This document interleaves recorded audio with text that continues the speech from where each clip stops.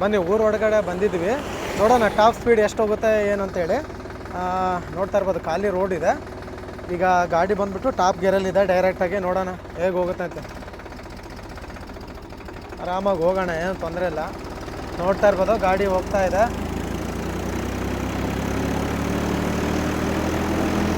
ಒಳ್ಳೆ ಸ್ಪೀಡ್ ಇದೆ ಗುರು ಗಾಡಿ ಮಾತ್ರ, ನೋಡ್ತಾ ಇರ್ಬೋದು. 26 RPM ಹೋಯ್ತು. ದೊಡ್ಡ ಗಾಡಿ ಹೋದಷ್ಟು ಹೋಗ್ತಾ ಐತೆ. ಗೋಪ್ರದಲ್ಲಿ ಸಖತ್ತ ಬರ್ತಿದೆ ವಿಡಿಯೋ. ಸ್ಪೀಡ್ ಇದೆ. ನಾರ್ಮಲ್ ದೊಡ್ಡ ಟ್ರ್ಯಾಕ್ಟರ್ ಏನು ಹೋಗುತ್ತೆ ಆ ರೇಂಜಿಗೆ ಸ್ಪೀಡ್ ಇದೆ, ಏನು ಕಮ್ಮಿ ಏನಿಲ್ಲ. ನೀವು RPM ಸ್ವಲ್ಪ ಚೇಂಜ್ ಮಾಡ್ಕೊಂಡ್ರೆ ಇನ್ನೂ ಜಾಸ್ತಿ ಹೋಗುತ್ತೆ. ನೋಡ್ತಾ ಇರ್ಬೋದು 20 ಹೋಗ್ತಾ ಇದೀಗ.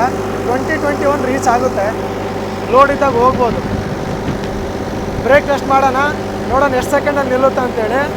ಫುಲ್ ಸ್ಪೀಡಲ್ಲಿದೆ. ಈಗ ಅಪ್ಲೈ ಮಾಡ್ತೀನಿ. 1 2 3 ಅಪ್ಲೈ ಮಾಡಿದೆ. 1 2 3 3 ಸೆಕೆಂಡ್ ಗಾಡಿ ಫುಲ್ಲು 0.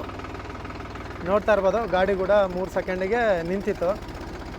ನೋಡಿ ಟಾಪಲ್ಲೇ ಮೂವ್ ಆಗ್ತಿದೆ, ಏನು ತೊಂದರೆ ಇಲ್ಲ. ಜಾಸ್ತಿ ಸೌಂಡ್ ಕೂಡ ಇಲ್ಲ ಗಾಡಿ. ಬೆಂಕಿ ಗುರು ಗಾಡಿ ಮಾತ್ರ. ನಮ್ಮೂರಿಂದ ಫೈರ್ ಆಫೀಸ್ ಹತ್ರ 1 ನಿಮಿಷಕ್ಕೆ ಬಂದ್ಬಿಟ್ವಿ. ಬೆಂಕಿ. ನೋಡೋಣ ಬ್ರೇಕ್ ಹಂಪ್ಸು ಫೀಲೇ ಗೊತ್ತಾಗಲ್ಲ ಗುರು ಗಾಡಿ ಹತ್ತಿದ್ದು. ಗಾಡಿ ಮಾತ್ರ ನಮ್ಮ ರಾಜ ಗುರು. ಇಲ್ಲಿ ನೋಡಿ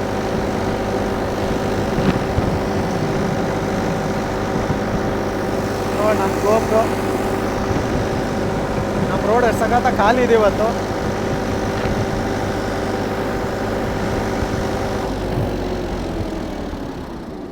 ನೋಡ್ರಿ ಎಷ್ಟು ಚೆನ್ನಾಗಿ ಕಂಟ್ರೋಲ್ ಆಗುತ್ತೆ. ತಗೊಳ್ಳಿ, ಯಾರಾದರೂ ಕೆಲಸದ ಮೇಲೆ ಡಿಪೆಂಡ್ ಇರುತ್ತೆ. ಸುಮ್ಮನೆ ನಿಮ್ಮ ಹತ್ರ ಹೆವಿ ಕೆಲಸ ಇದೆ, ಮೈಲೇಜ್ ಚೆನ್ನಾಗಿ ಕೊಡುತ್ತೆ ಅಂಥೇಳಿ ಸಣ್ಣ ಗಾಡಿಗಳು ತಗೊಳಕ್ಕೆ ಹೋಗಬೇಡಿ. ನಿಮ್ಮೊಂದು ಸಾಮರ್ಥ್ಯ ನೋಡ್ಬಿಟ್ಟು ಈ ಗಾಡಿಗಳನ್ನ ಪರ್ಚೇಸ್ ಮಾಡಿ. 10-15 ಎಕರೆ ಹೊಲ ಇದೆ ಅಂತ ಹೇಳ್ಬಿಟ್ಟು ಈ ಗಾಡಿ ತಗೊಳಕ್ಕೆ ಹೋಗಬೇಡಿ.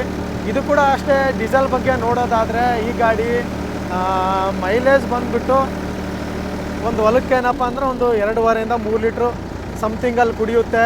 ಜಾಸ್ತಿ ಮೈಲೇಜ್ ಕೊಡುತ್ತೆ ಅಂತೇಳಿ ತಪ್ಪು ತಿಳ್ಕೊಳಕ್ಕೆ ಹೋಗಬೇಡಿ. ರೋಡಲ್ಲಿ 10ರಿಂದ 12 ಗುರು. ಯಾಕಂದರೆ ಇಂಜಿನ್ ಗಾಡಿ CC ಜಾಸ್ತಿ ಇದೆ, 3 ಸಿಲಿಂಡ್ರ್ ಇರೋದ್ರಿಂದ ಮೈಲೇಜ್ ಕಡಿಮೆ ಇರುತ್ತೆ ಗಾಡಿ.